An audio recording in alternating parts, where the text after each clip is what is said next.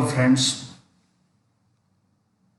आज reported speech ना 11मा लेक्चरनी अंदर आज पाछा आपणे 3 डायलॉग छे ए केवी रीते इनडायरेक्ट स्पीच में एनु कन्वर्ट थई शके ए आपणे जोईए।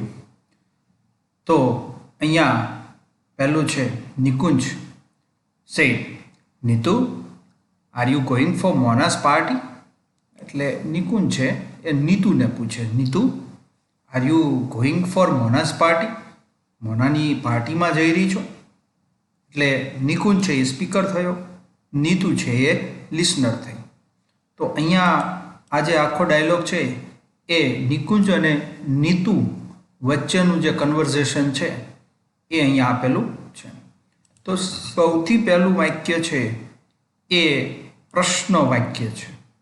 हवे प्रश्न वाक्य छे पण केवुं प्रश्न वाक्य छे तो के नॉन WH क्वेश्चन एटले के सादुं प्रश्न वाक्य छे। तो हवे निकुंज स्पीकर छे अने प्रश्न वाक्य होय त्यारे रिपोर्टेड वर्ब तरीके आस्क्ड एटले बनशे अहींया निकुंज आस्क्ड नीतू। हवे ज्यारे अहींया सादुं प्रश्न वाक्य होय त्यारे अहींया संयोजक तरीके आपणे इफ अथवा तो वेधर बेमांथी एक कोई पण मूकी शकीए एटले अहींया आपणे इफ मूकीए छीए। त्यारबाद आ वाक्यने मित्रों आपणे शुं बनावशुं तो के विधान बनावशुं। हवे विधान बनाववा माटे आर यू छे एने आपणे उलटावी नाखीए तो you are going for Mona's party.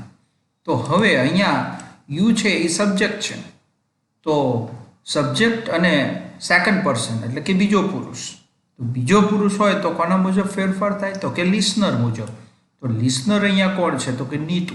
हवे नीतू माटे सब्जेक्ट तरीके अहींया शुं आवे तो के सी।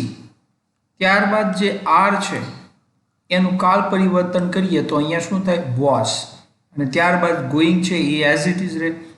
If she was going for Mona's party पछी कई फेरफार थतो नथी।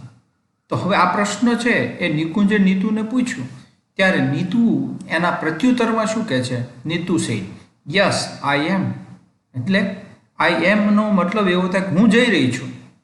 इन शॉर्ट जवाब आप्यो छे।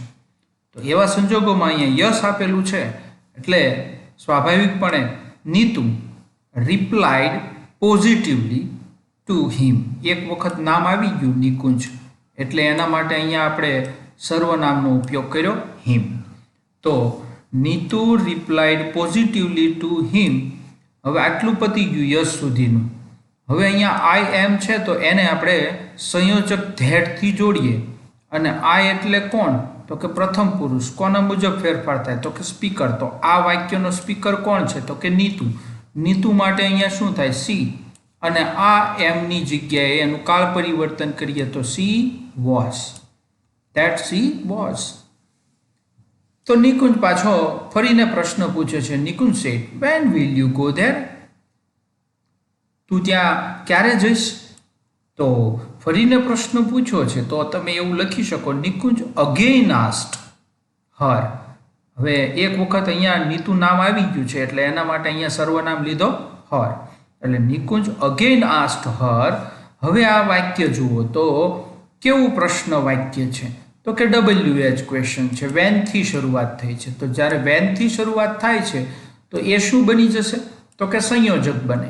हवे त्यारबाद जे आटलुं वाक्य वध्युं छे तो ए वाक्यने तमे विधान बनावो तो when you will go there एम बराबर। तो यू विल गो यू एटले कर्ता छे अहींया तो यू एटले बीजो पुरुष। कोना मुजब फेरफार थाय तो के लिसनर मुजब। अहींया लिसनर कोण छे आ वाक्यनो तो के नीतू। तो नीतू माटे अहींया शुं थशे तो के सी। हवे आ विल छे एनुं शुं थाय तो के वुड अने गो छे ए एज इट इज रे। विल साथे क्रियापदमां कोई फेरफार थतो नथी अने त्यारबाद धेर। धेरनुं हियर थतुं नथी मित्रों। तो नीतू छे ए प्रश्ननो जवाब आपे छे फरीने। तो नीतू सेड आई मे गो धेर एट अबाउट 7 o'clock एटले के शायद हूँ त्या 7 वाग्यानी आसपास जईश। तो हवे नीतू जवाब आप्यो एटले नीतू रिप्लाइड एक वखत नाम आवी गयुं छे अगाऊ એટલે એના માટે હિમ. અને જવાબ આપ્યો છે વિધાન વાક્ય છે એટલે સંયોજક તરીકે અહીંયા આપણે શું મૂકશું તો કે ધેટ. હવે આ વાક્યને આપણે ફેરફાર કરીએ તો આઈમાં પ્રથમ પુરુષ છે, કોના મુજબ ફેરફાર થાય તો કે સ્પીકર મુજબ. સ્પીકર કોણ છે તો કે નીતુ. નીતુ માટે અહીંયા શું થાય તો કે સી. ત્યારબાદ આ મે ગો છે તો મેનું થશે માઇટ. અને ત્યારબાદ ગો એઝ ઇટ ઇઝ રહેશે there at about 7 o'clock.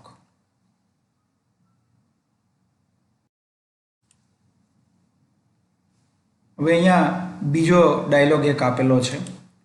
Father અને જયમીન વચ્ચેનું આ કન્વર્ઝેશન છે. એટલે ફાધર પહેલું કહે છે why have you come home early. જયમીનને કહે છે કે તું આજે વહેલો ઘરે કેમ આવી ગયો. તો જયમીન છે એને રિપ્લાય કરે છે કે આઈ એમ નોટ ફિલિંગ વેલ, મને આજે મજા નથી. તો આ ટાઈપનું કંઈક કન્વર્ઝેશન છે. તો સૌથી પહેલું વાક્ય છે એ ફાધર સ્પીકર થયા અને જયમીન છે એ લિસનર થયા. અને આ વાક્ય છે કેવું છે તો કે WH ક્વેશ્ચન એટલે કે પ્રશ્નાર્થ વાક્ય છે. તો એના રિપોર્ટેડ વર્બ તરીકે ફાધર આસ્ક્ડ જયમીન. અને ત્યારબાદ આ વાક્ય છે એ WH થી છે એટલે આ વાય છે એ અહીંયા સંયોજક બની ગયો. સંયોજક બન્યા પછી આ વાક્યને વિધાન બનાવો. વાય પછી હેવ યુ કમ છે તો એની બદલે યુ હેવ કમ. તો યુ એટલે કયો પુરુષ તો કે બીજો પુરુષ, સબ્જેક્ટ છે. તો બીજો પુરુષ હોય તો કોના મુજબ ફેરફાર થાય તો કે લિસનર મુજબ. લિસનર અહીંયા કોણ છે તો કે જયમીન. જયમીન માટે અહીંયા શું થાય તો કે હી. ત્યારબાદ આ હેવનું થશે અહીંયા હેડ. હવે અહીંયા કમનું કમ રહેશે. કમ અહીંયા ત્રીજું રૂપ છે તો કમ કેમ કમ તો અહીંયા ત્રીજું રૂપ જ આવશે. અને કમનું ગો થશે નહીં કારણ કે ફાધર ઘરે છે અને જયમીન ત્યાં પહોંચ્યો છે એટલે ફાધર બોલનારના સ્થળે જયમીન ગયેલો છે એટલે અહીંયા કમનું ગો થશે નહીં. એટલે why he had come home early. તો આ રીતનું વાક્ય છે એ બને. તો જયમીન છે એ રિપ્લાઇડ આપે છે, પ્રત્યુત્તર આપે છે આઈ એમ નોટ ફિલિંગ વેલ. તો જયમીન રિપ્લાઇડ. હવે ફાધર એક વખત અહીંયા મેન્શન થઈ ગયા છે એટલે એના માટે અહીંયા હિમ.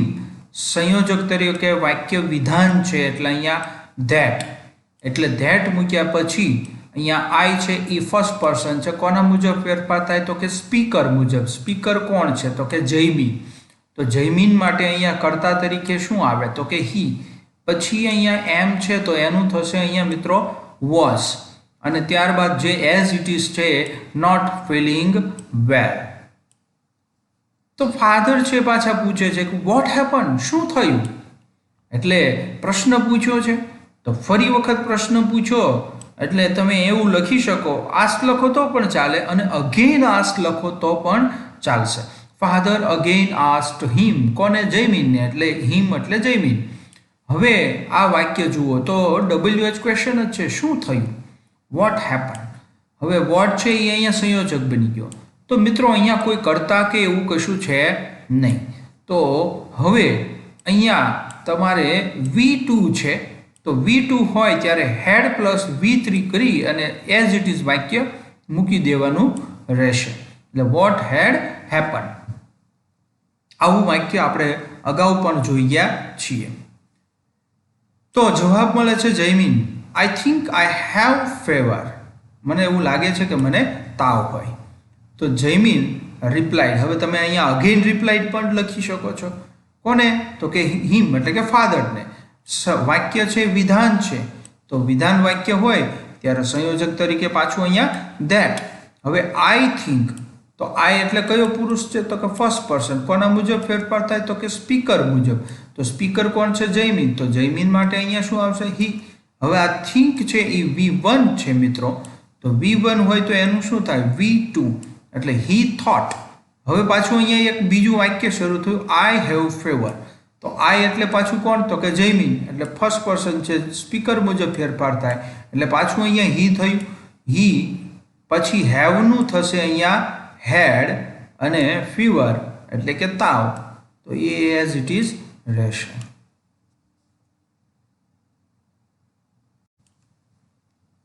ત્રીજો ડાયલોગ છે એ રાધિકા અને માધુરી વચ્ચેનો છે.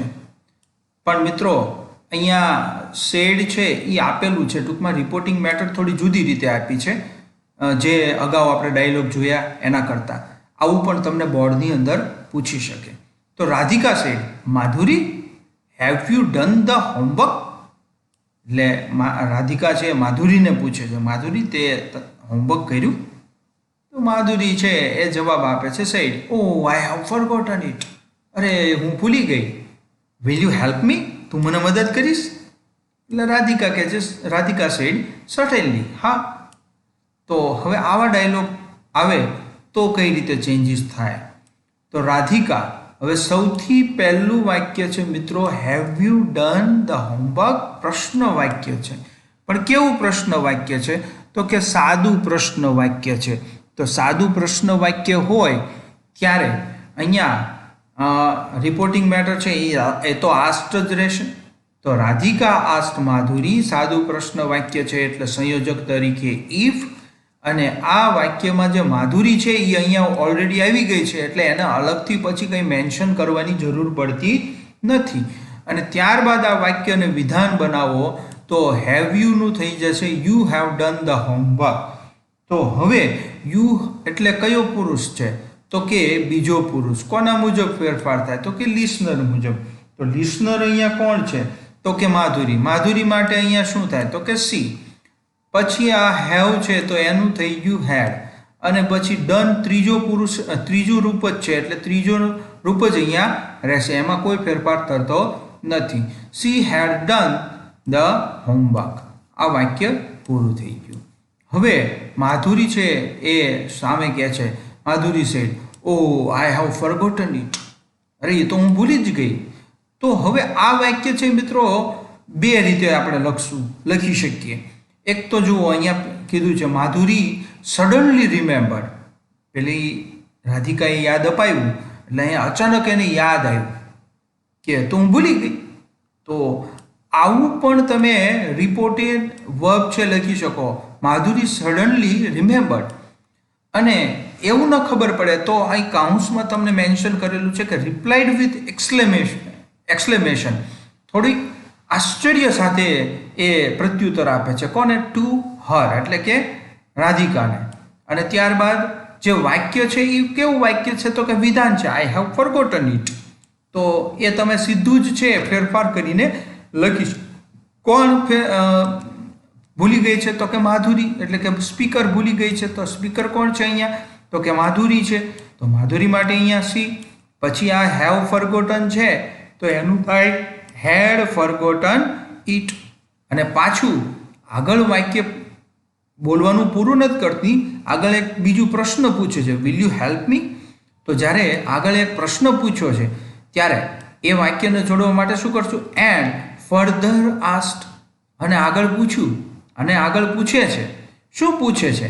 તો કોને પૂછે છે? તો કે રાધિકાને. તો રાધિકા માટે આપણે અહીંયા હર મૂક્યો. હવે આ વાક્ય કેવું છે?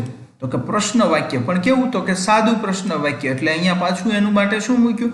ઇફ, સંયોજક તરીકે. અને આ વાક્યને પાછું વિધાન બનાવવાનું. વિલ યુ, તો યુ વિલ. તો યુ એટલે કોણ પાછું? તો કે લિસનર, લિસનર મુજબ ફેરફાર કરવાનો. લિસનર કોણ છે અહીંયા? તો કે હર, એટલે કે પેલી રાધિકા. તો રાધિકા માટે અહીંયા સી.